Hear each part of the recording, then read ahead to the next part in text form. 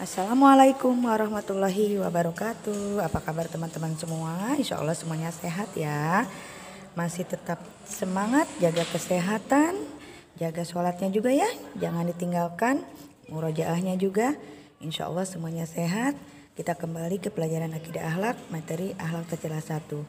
Diawali dengan mengucap basmalah. Bismillahirrahmanirrahim.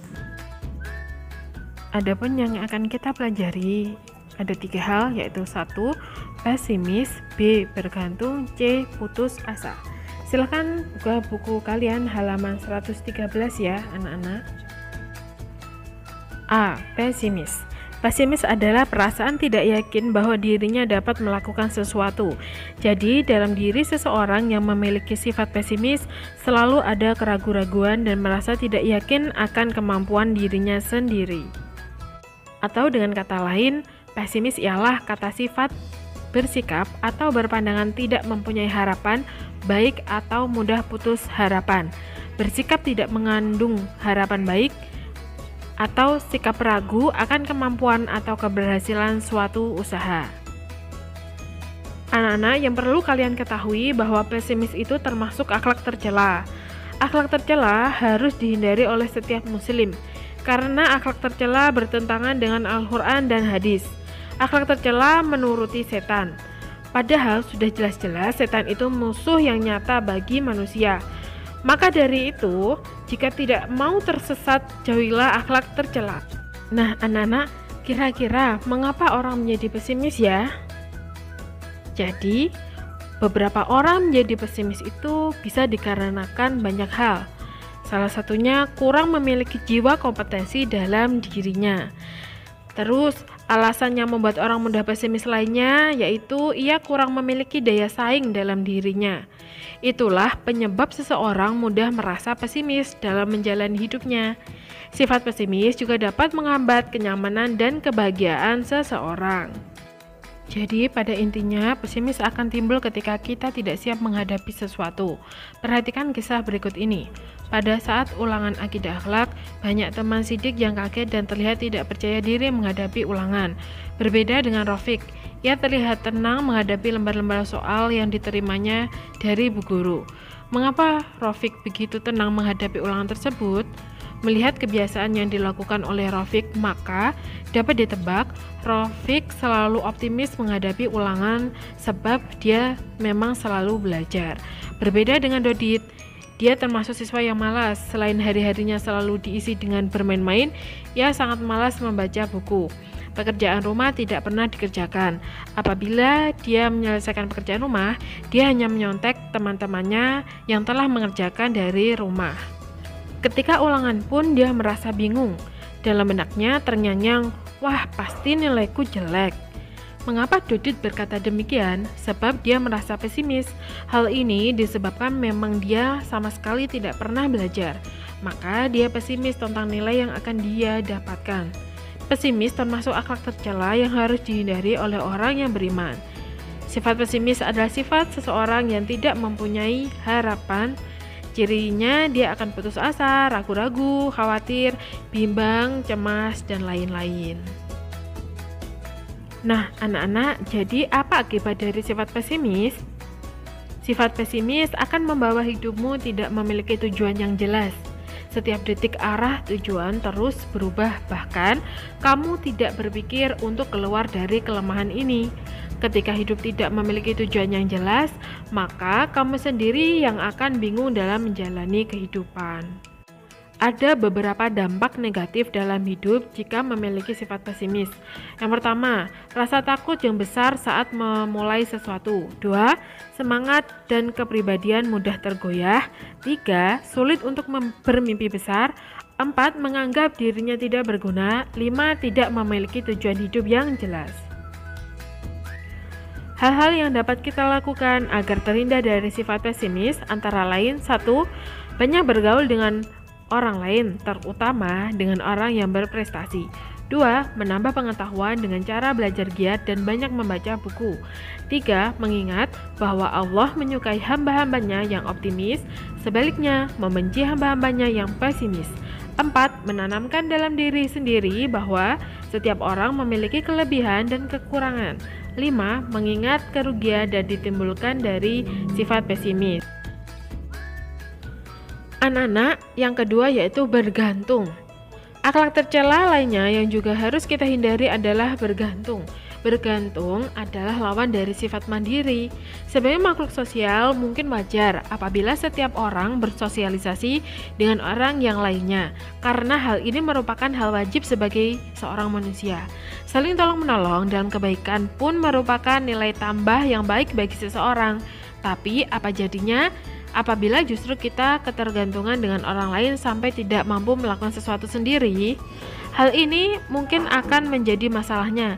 Kita akan kesulitan dalam mengontrol diri kita sendiri, mengakibatkan susah berkembangnya diri sendiri. Sifat bergantung akan timbul apabila kita selalu menganggap bahwa kita tidak mampu. Anak-anak dapat mengamati orang-orang yang hidup di lingkungan kita.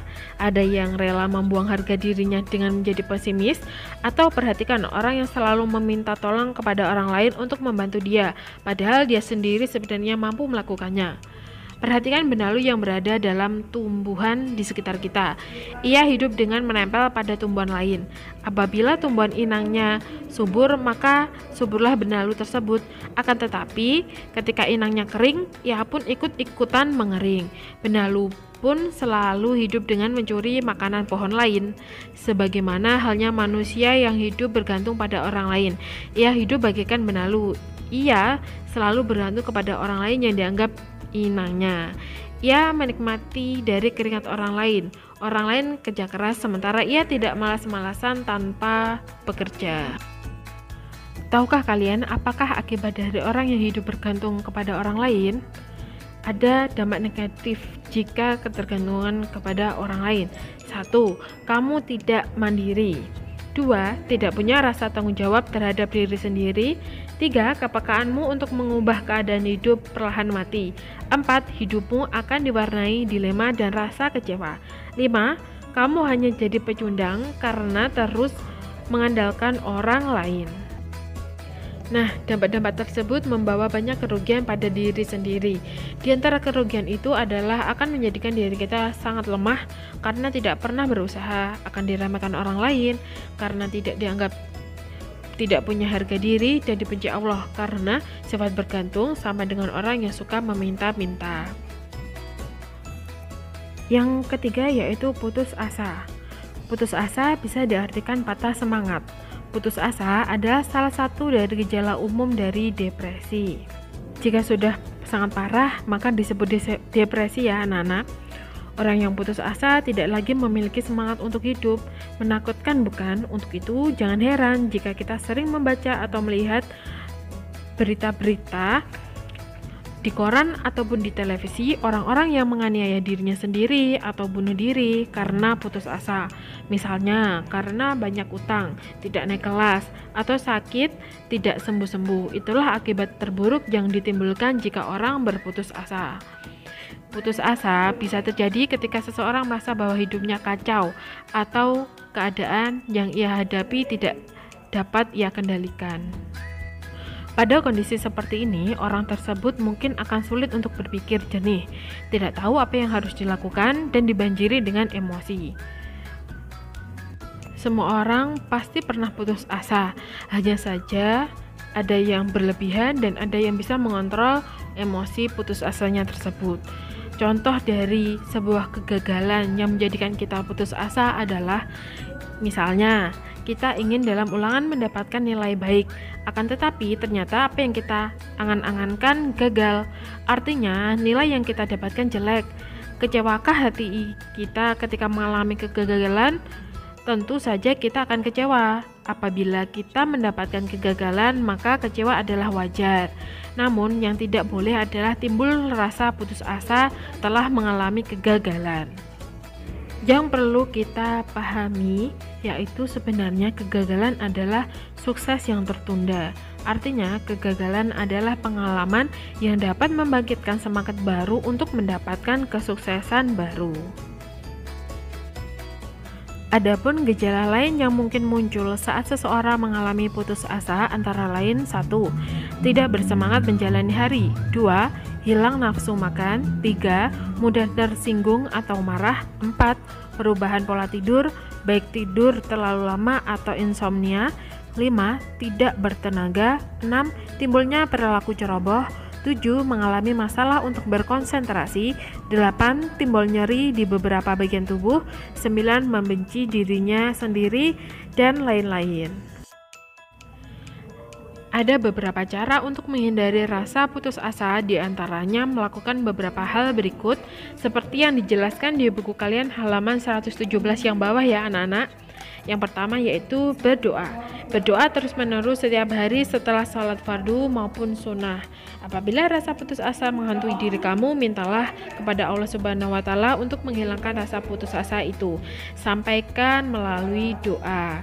Yang kedua, yaitu berteman dengan orang yang baik, yaitu tidak memiliki sifat putus asa. Dengan mengisi hari-harimu bersama orang-orang yang berpikiran positif, sehingga membuat kamu merasa diri sendiri lebih baik. Yang ketiga, selalu mensyukuri nikmat Allah Subhanahu wa Ta'ala dengan memberikan sesuatu kepada orang yang membutuhkan bantuanmu. Contohnya, mengulurkan tangan untuk membantu orang lain. Itu secara tidak langsung akan memberikan harapan untuk dirimu. Hal itu akan memberikan kebahagiaan bagi dirimu bahwa Allah menggunakan kamu untuk sesuatu yang berarti bagi orang lain. Selain 3 hal di atas atau 3 hal di buku itu, ada cara lain yang juga dapat dilakukan seperti tenangkan diri, lakukan sesuatu yang bisa menjernihkan pikiranmu, jangan lari dari perasaanmu. 4. Bicarakan perasaanmu dan ambil keputusan. 5. Terima hal yang tidak bisa kamu ubah. 6. Mulailah berolahraga. 7. Melakukan aktivitas lainnya yang bersifat positif.